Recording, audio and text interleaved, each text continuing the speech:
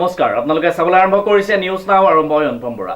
উত্তৰাখণ্ডত অনুষ্ঠিত হোৱা ৰাষ্ট্ৰীয় খেলত যোৰহাটৰ আয়ুশ্ৰী গগৈ সোণৰ পদক অৰ্জন। নিউজ নাওৰ বিশেষ প্ৰতিবেদন।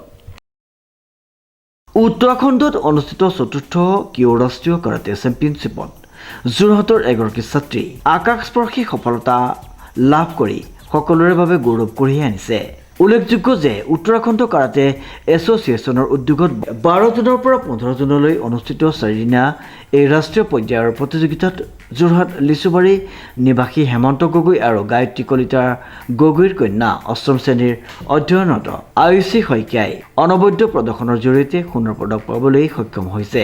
আয়ুষীয়ে যোৰহাটৰ কাৰাটে হাবৰ প্ৰতিনিধিত্ব কৰি অংশগ্ৰহণ কৰিছিল, য'ত প্ৰশিক্ষক প্ৰিয়ানুজ বৰাৰ তত্বাৱধানত 18জনীয়া দলটোৱে প্ৰতিযোগিতাত অংশগ্ৰহণ লৈছিল। এই দলটোৰ ভিতৰত 6জন খেলুৱৈয়ে সোণৰ পদক অৰ্জন কৰি ৰাজ্যৰ বাবে এক গৌৰৱজনক মুহূৰ্তৰ সৃষ্টি কৰে। বিশেষকৈ আয়ুষীৰ অৱদানৰ এই তালিকাত অলেখ সৃষ্টিৰ সৈতে সোণালী অধ্যায় ৰূপে অলংকিত হৈ ৰ'ল। আয়ুষীৰ এই সফলতাৰ পটভূমিতে সকলোতকৈ গুৰুত্বপূৰ্ণ খবৰটো হ'ল উত্তৰাখণ্ডৰ এই চেম্পিয়নশ্বিপত চমকপ্ৰদ প্ৰদৰ্শনৰ ফলত তেওঁক অহা আগষ্ট মাহত চীনত অনুষ্ঠিত হ'বলগীয়া আন্তঃৰাষ্ট্ৰীয় কাৰাটে চেম্পিয়নশ্বিপত ভাৰতৰ প্ৰতিনিধিত্ব কৰিবলৈ মনোনীত কৰা হৈছে। এই খবৰে কেৱল পিতৃ মাতৃ হেমন্ত আৰু গায়ত্ৰীকে নহয়, যোৰহাটবাসী আৰু অসমবাসী ৰাইজক আনন্দৰে উৎসাহিত কৰিছে।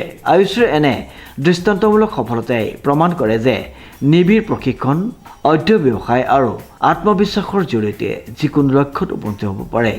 তেওঁৰ এই গৌৰৱোজ্জ্বল সফলতাৰ বাবে বিভিন্ন সংগঠন, বিদ্যালয় আৰু স্থানীয় ব্যক্তিসকলে অভিনন্দন জনাই আগন্তুক আন্তঃৰাষ্ট্ৰীয় প্ৰতিযোগিতাতো সাফল্য কামনা কৰিছে। আয়ুষী শইকীয়াৰ নাম আৰু কৰ্মই এতিয়া কেৱল যোৰহাটতে নহয়, অসমৰ তথা দেশৰ গৰিমা বৃদ্ধি কৰি আছে। এই খবৰ সত্যতে অসমৰ ক্ৰীড়া জগতলৈ এক অনুপ্ৰেৰণাদায়ক সংবাদ। তোমাৰ নামটো? মোৰ নামটো হৈছে আয়ুষী গগৈ। তুমি কি খেল খেলিছিলা? মই কাৰাটে খেলি আছোঁ। কি পৰ্যায়ত পাবলৈ সক্ষম হৈছে? মই গ'ল্ড পাইছোঁ নেশ্যনেল লেভেলত। ক'ত হৈছিলে খেলখন? উত্তৰাখণ্ড দেহৰাদুন জেগাত হৈছিলে। কি খেল আছিলে? নেশ্যনেল লেভেলৰ খেল আছিলে। ইয়াৰ পৰা ইণ্টাৰনেশ্যনেল চিলেকশ্যন হ'ব। তুমি ক'ত শিকি আছা বৰ্তমান খেল? মই কাৰাটে হ'ব শিকি আছোঁ প্ৰিয়ানুজ বৰা ছাৰৰ ওচৰত। যিহেতু তুমি এতিয়া আন্তঃৰাষ্ট্ৰীয়ভাৱে এতিয়া পৰ্যায়ত খেলিবলৈ সুবিধা পাইছা, ক'ত খেলিবলৈ সুবিধা পাইছা? মই হাংজো চাইনা জেগাত খেলিবলৈ সুবিধা পাইছোঁ। তুমি কোন ক্লাছত পঢ়ি আছা? মই ক্লাছ 8। তুমি এখন তাই 4th কিয় নেশ্যনেল চেম্পিয়নশ্বিপত অংশগ্ৰহণ কৰিছিলে। এখন উত্তৰাখণ্ডৰ দেহৰাদুনত হৈছিলে। তাত মানে অনুষ্ঠিত হোৱা খেলত তাই গ'ল্ড পাবলৈ সক্ষম হৈছিলে। ইয়াৰ পৰা অল আছামৰ হৈ পেলাই তাই চিলেক্ট হৈ গৈছিলে। ইয়াতো তাই সোণৰ পদক পাবলৈ সক্ষম হৈছিলে আৰু তাতো গৈ পেলাই তাই 60 কেজি মানে ৱেইট কেটেগৰীত 13 বছৰ অনুৰ্ধ ছোৱালী শাখাত খেল খেলিছিলে আৰু গ'ল্ড পাবলৈ সক্ষম হৈছে।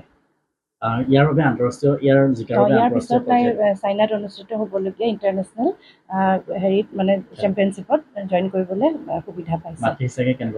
বহুতে সুখী আমি।